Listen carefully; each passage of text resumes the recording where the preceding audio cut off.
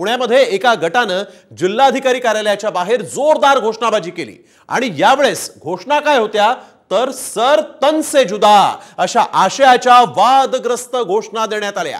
या घोषणाबाजीची पुणे पोलिसांनी गंभीर दखल घेतली आहे। नेमका काय प्रकार पुण्यात घडला पाहूयात या रिपोर्टमध्ये।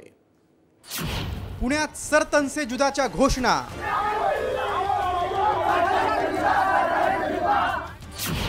सर्वधर्म समभाव मोर्चा जहाल घोषणा,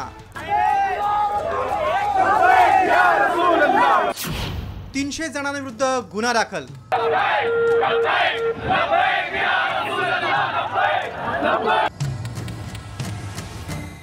राज्यातील महिला अत्याचाराच्या घटनांवरून कायदा व सुव्यवस्थेवर बोट ठेवलं जात असतानाच पुण्यातल्या एका घटनेनं पोलिसांची डोकेदुखी वाढली।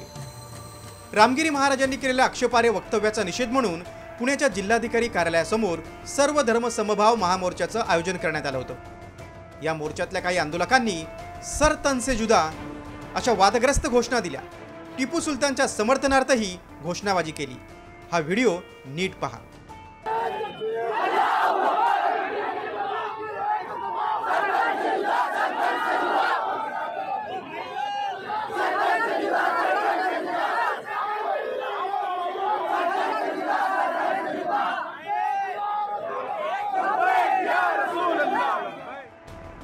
या घोषणाबाजीची पुणे पोलिसांनी गंभीर दखल घेतली।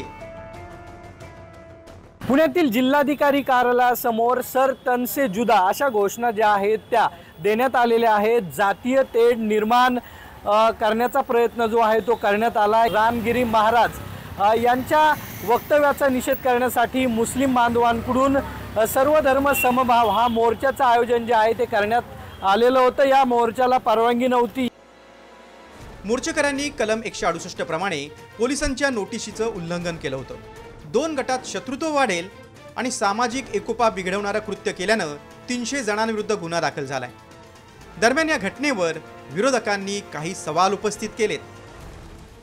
वारकऱ्यांवर लाठीचार्ज झाले त्या महाराष्ट्रामध्ये, जरांगे साहेबांवर लाठीचार्ज झालेला आहे, त्याचा आदेश कोणी दिला होता? मग कालचा परवाचा जो लाठीचार्ज होता, बरं 300 लोकांवर तुम्ही लगेच गुन्हे दाखल करता, पण ज्यांनी मोलेस्टेशन केलं त्याच्यावर गुन्हा दाखल करण्याची हिंमत नव्हती।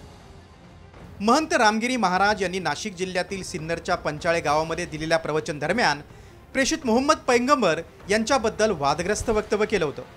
या वक्तव्यानंतर राज्यभरातील मुस्लिम बांधवांनी संताप व्यक्त केलाय।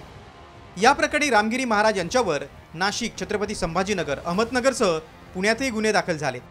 आंदोलन करणं हा संविधानानं दिलेला अधिकार असला तरी त्या संविधानानुसार सामाजिक सलोखा बिघडणार नाही याची जबाबदारीही आंदोलकांचीच आहे, याचं भान ठेवणं गरजेचं आहे।